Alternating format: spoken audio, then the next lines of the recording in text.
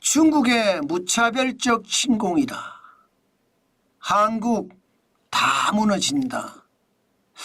이 말이 여러분 사실일까요? 저는 사실일 가능성이 굉장히 높아진다고 생각을 합니다. 일단 말입니다. 현상을 분석하기 전에 단서를 하나 보시겠습니다.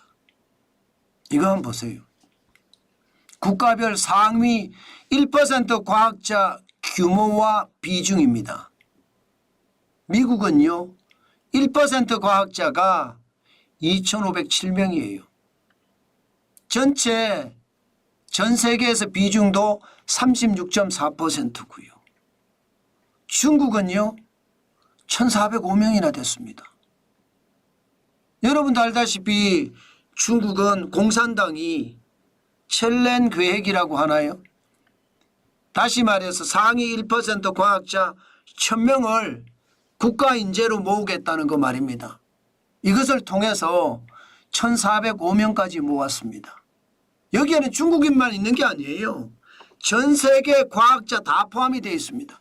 특히 대한민국의 과학자들도 중국의 첼렌계획, 천인계획에 참여를 해서 1,405명에 포함되어 있다는 뜻입니다. 이렇게 되니까 중국은요 전 세계에서 1% 과학자를 20.4%나 보유한 엄청난 나라가 됐습니다. 대한민국이요 처절합니다. 75명이 75명. 전 세계 1% 과학자 중에 1%가 대한민국에 있는 거예요. 다 떠난다는 이야기잖아요. 진짜 충격적이지 않으세요, 여러분? 저는 이렇게 1% 과학자들이 대한민국에 남아있지 않고 떠난다는 사실, 이게 제가 봐서는 어마어마한 충격이에요. 이것은요 그동안 대한민국이 초격차를 추진하면서 중국을 뛰어넘겠다 이렇게 이야기한 것 말뿐이라는 뜻이에요. 행동은 전혀 일어나지 않는다는 뜻입니다. 말만 초격차 기술을 확보하겠다 이렇게 이야기했고요. 현실은 초격차 기술을 확보할 수 있는 인재를 중국에 다 뺏기고 있다는 뜻이 다 뺏기고 있다. 아니 1,405명하고 75명하고 이게 비교 대상이 아니죠. 비교 대상이 아니잖아요. 그래도 말입니다. 한 700명쯤 된다 그러면 750명쯤 된다 그러면 비교 대상이라도 될 수 있습니다. 75명은요 1,405명의 비교 대상이 아니에요. 그러니 중국의 기술의 발전은요 나날이 발전한다 이 말이 틀린 말이에요. 왜 틀린 말이냐? 나날이가 아니라 매 초마다 발전한다. 매 초마다. 여러분 매 초마다 발전을 하면 대한민국이 중국을 감당할 수 있겠습니까? 감당하지 못합니다. 그냥 무너집니다. 실제로도 여러분 진짜로 그냥 무너지는 사태에 지금 나타나고 있습니다. 한번 보실래요 여러분? 진짜 그냥 무너지는 사태가 어느 정도인지. 이거 한번 보세요. 글로벌 시스템 반도체 점유율 미국이 54.4%예요. 유럽이 11.8%고요. 대만이 10.4%입니다. 일본이 9.2%고요. 중국이 6.5%입니다. 대한민국 3.3%, 3.3%. 이미 글로벌 시스템 반도체의 점유율은요 대한민국이 거의 말입니다 꼴찌라는 거예요. 첨단 기술이라고 운운하지만 첨단 기술이라고 하는 반도체, 그것도 시스템 반도체에서 미국이 54.4%고 대한민국 3.3%, 중국은 6.5%. 이러면 대한민국 다 무너진다는 말 안 나올까요? 시스템 반도체만 이러냐? 아니에요. 메모리 반도체라고 하는 D램 이것도요 중국의 공습이 어마무시합니다. 당장 말입니다. D램 시장에서 글로벌 D램 시장입니다. 중국 제조사가 차지하는 비중 2022년까지만 해도 4%, 올해는 11%예요. 내년에는 16%고요. 이제는요 우리가 자랑이라고 하는 D램 시장에서도 중국이 어마무시하게 따라온다는 뜻이에요. 시장에서는요 중국과 대한민국의 기술 격차는 이제 1년으로 줄어들었다고 합니다. 그러면 여러분 중국은 천인계획을 통해서 매 초마다 기술 혁신이 되고 있는데 대한민국은요 매년마다 기술 혁신도 안 됩니다. 매년마다. 그러면 게임이 되겠냐고요. 저는 그 게임이 그렇게 멀리 걸리지 않는다고 생각을 하는 겁니다. 진짜 충격적인 일이 벌어질 수도 있다는 얘기예요. 반도체가 그나마 우리가 중국의 기술을 앞서고 있는 것, 예, 그래서 그나마 지키고 있다 이렇게 생각이 듭니다. 그런데 지금 다른 산업은 어떨까요? 다른 산업은 벌써 말입니다. 초토화되고 있습니다. 야, 이거 여러분 진짜 초토화 장난 아닙니다. 이거 말입니다. 섬뜩한 정도가 아니라 온몸의 전율이입니다. 이대로면 중국의 속국도 멀지 않은 거예요. 아니 이제 중국한테 빌어야 될지도 몰라요. 무슨 얘기냐고요? 여러분 반도체 시장도 기술 격차가 1년으로 줄어들었잖아요. 여기에다가 중국의 석유화학을 보세요. 얼마나 빨리 성장하는지. 중국의 에틸렌 생산 능력이요. 2018년만 하더라도 2,565만 톤이었습니다. 그런데 2024년 현재입니다. 5,440만 톤. 무려 말입니다. 불과 6년 사이에 112.1%가 늘어난 거예요. 112.1%. 2배가 넘었다는 이야기잖아요. 2,875만 톤이 늘었습니다. 이렇게 생산 능력이 뛰어나고 많이 생산하니까 그 다음에 무슨 일이 벌어질까요? 대한민국이 망하는 일이 벌어집니다. 실제 지금 석유화학 업계는 조만간 존폐 기로에 들어섰습니다. 여러분도 알다시피 석유화학 업체들끼리 빅딜을 지금 주선을 하고 있어요. 산업통상자원부가. 그것도 삼성연구소가 중심에 서서 말입니다. 왜? 지금 망하기 일보 직전이거든요. 실제로 석유화학 공정 중에 나프타 분해 설비를 보시자고요. 생산 능력은 굉장히 높습니다. 적어도 말입니다. 1280만 톤 정도 돼요. 실제 2023년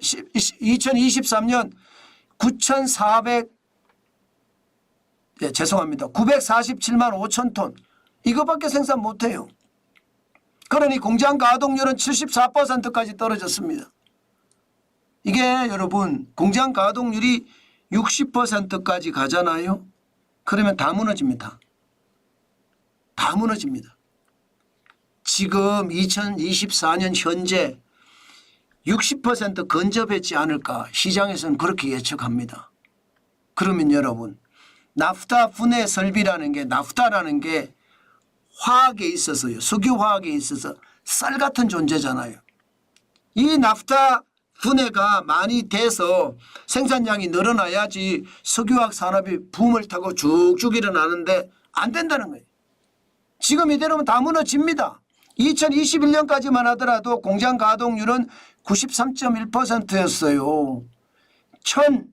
1,039만 8천 톤, 1,270만 톤 중에 굉장히 많이 생산을 했다는 거예요. 2022년에도 괜찮습니다. 1,280만 톤 중에 1,038만 5천 톤. 그런데 2023년에 완전히 고꾸라졌죠. 시장이라는 게 이렇습니다. 순식간에 옵니다. 순식간에. 왜? 기술력은 나날이 발전하고 중국은 돈이 엄청나게 많으니까 정부에서 뒷배가 돼줘서 기업에게 무조건 밀어줍니다. 무조건. 대한민국은 밀어주려고 하면요. 대기업 특혜니 재벌 특혜니 지랄 같은 아유 죄송합니다. 그냥 말이 나왔으니까 쓰겠습니다. 지랄 같은 규제만 가지고 예 대기업들을 압박하고 정부를 압박하니 이게 무너질 수밖에요. 조만간 석유화학 있잖아요. 완전히 개박살 날 겁니다. 지금 현재 이미 개박살 났고요. 오죽했으면 여러분 대한민국의 공장 설비를 오죽했으면 중국 경쟁사에게 팔까요? 충격적인 일이 벌어지고 있는 거잖아요. 그럴 수밖에 없는 게 중국은 정부의 보조금을 계속 받습니다. 공산당의 보조금도 받고요. 중앙정부의 보조금도 받고요. 지방정부의 보조금도 받고 대한민국은 아무것도 안 하니 망할 수밖에요. 완전히 박살날 수밖에요. 그런데 이게 석유화학 업체만 이러느냐? 아닙니다. 하나씩 하나씩 지금 무너지고 있습니다. 철강 한번 보세요. 철강. 중국의 철강 조강 생산량은요 2022년 기준으로 10억 1300만 톤입니다. 이렇게 되면 여러분 생산이 2017년에 8억 3170만 톤에서 10억 1300만 톤이 됐으면 생산이 넘친다는 얘기가 되잖아요. 게다가 중국이 어려워요. 내수가 시원찮아요. 건설이 무너졌어요. 그러면 조강 생산량 중에 이거 어떻게 할까요? 세계로 밀어내게 합니다. 세계로. 세계로 밀어내게 하니까 남미 철강업체들 줄줄이 망하고 있죠. 동남아도 지금 중국 철강만 들어오면 무서워합니다. 우리나라 장난 아닙니다. 우리나라도 지금 들어오는 게 여러분 보세요. 중국 후판 수입 물량만 하더라도 2024년 1월에서 8월까지 81만 8,515톤입니다. 이게 8월까지 기준이거든요. 아마 10월까지 기준이 나오면 100만 톤이 넘었을 거고요. 12월까지 기준이 나오면요. 적어도 120만 톤, 130만 톤이 될 겁니다. 싸니까. 물량으로 막 뿌리니까. 2021년에 32만 8,154만 톤이 지금 120만 톤까지 가보세요. 우리 철강업체 멀쩡할까요? 안 멀쩡하잖아요. 그 강하다는 포스코 어떻게 됐습니까? 지금 1선제 공장 폐쇄했습니다. 1제강 공장 폐쇄했습니다. 1975년에 생산을 시작을 했거든요. 센 물을 부어서 생산을 만들어내기 시작했습니다. 그런데 다 폐쇄했어요. 현대제철 울산공장 지금 폐쇄하려고 합니다. 노조가 뭐 데모하면서 난리가 나지만 결국은요. 기업은 수익률이거든요. 수익률이 안 되면 노조 아니라 노조 해례비가 이야기한다고 해도요. 폐쇄할 수밖에 없습니다. 그만큼 말입니다. 현대제철도 어렵다는 이야기거든요.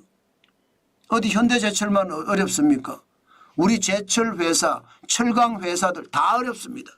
이러다가 폭삭 무너진다는 이야기가 지금 나옵니다. 심지어 말입니다. 요즘 철강업체들은요. 야간 생산을 주로 합니다. 참 심각하죠. 왜 야간 생산을 하는지 아세요? 아니 전기요금을 폭탄처럼 부과했으니까. 야간이 싸거든요. 그래서 야간 생산을 해요. 이런 머저리 같은 그런 정책이 어디 있습니까? 여러분 생각을 해보세요. 낮에 생산해도 경쟁력이 될까 말까 합니다. 그런데 밤에 생산해요? 전기요금은 아낄지 모르지만 인건비는요. 그러니까 정부의 지원이 하나도 없는 거예요. 중국은 모든 산업에서 지원을 다 하고요. 그러니 철강도 조만간 아작나게 생긴 거 여러분 보이시죠? 저는 충분히 그렇게 생각할 수 있다고 생각합니다. 여기에서 끝나는 게 아니에요. 조선사 보세요. 조선사. 조선도 우리는 강력한 지금 대한민국의 핵심이라고 이야기하거든요. 여러분 2024년 1월에서 9월까지 중국 조선사 선박 수주량이 전 세계 시장에서 70% 점유율이면 70%. 이러면 조선도 끝났는 거 아닌가요? 조선도. 지금 1월에서 9월까지만 3,467만 CGT입니다. 그럼 대한민국은 어떠냐? 대한민국은요 18%로 떨어졌습니다. 872만 CGT예요. 사람들은 그렇게 이야기합니다. 우리는 고부가가 지선을 하기 때문에 중국보다 척수가 적지만 결국은 우리가 더 경쟁력이 좋다. 수익성이 더 좋다. 이렇게 이야기합니다. 웃기는 소리죠. 앞서 말씀드렸잖아요. 천인계획으로 1% 과학자가 중국에는 엄청나게 1405명까지 늘어났습니다. 매 초마다 기술 혁신이 이루어지고 있어요. 우리는 매년이 될까 말까 하고요. 그러면 금방 따라옵니다. 제가 봐서는 초박살나기 직전이라고 저는 생각을 해요. 그만큼 심각하다 저는 그렇게 보는 거죠. 게다가 여러분 어디 이것뿐이겠습니까? 이것뿐이겠습니다. 지금 유통은 또 어떻습니까? 유통도 지금 난리잖아요. 롯데 그룹이 왜 위기설에 휩싸였겠습니까? 못 파니까. 알리익스프레스가 다 팔아제끼고 테무가 다 팔아제끼고 쉐인이 다 팔아제끼니까 이게 우리는 여지없이 무너지는 거예요. 완전히 최악의 상황까지 지금 왔다. 저는 그렇게 생각합니다. 왜 제가 그런 말씀을 드리나 하면요. 여러분도 알다시피 온라인은요. 온라인 유통이라고 이야기하지만 유통은요. 경제의 핵심입니다. 그런데 이 유통이 박살났습니다. 박살났어요. 이 와중에 우리가 이 유통을 지켜낼 수 있을까요? 여러분 제품을 만들면 뭐예요? 팔려야지. 안 팔리잖아요. 백화점에서도 안 팔리고 이마트 같은 대형마트에서도 안 팔리고 소매점에서도 안 팔리고 전부 온라인 알리익스프레스 싼 거 테무 굉장히 싼 거 쉰 이 싼 거만 다 찾아하는 거예요. 소비자의 선택권이라는 이유로 중국 제품을 다 풀어놨는데 이게 우리 기업을 개박살 내는 거예요. 롯데그룹이 휘청휘청 흔들흔들 한다는 것 우리 잘 생각해 봐야 돼요. 이렇게 망해지면 이제 얼마 안 남았습니다. 예를 들어 말입니다. 알리익스프레스가 대한민국의 홈플러스를 인수한다고 쳐요. 홈플러스를. 인수할 가능성 없지 않아 있습니다.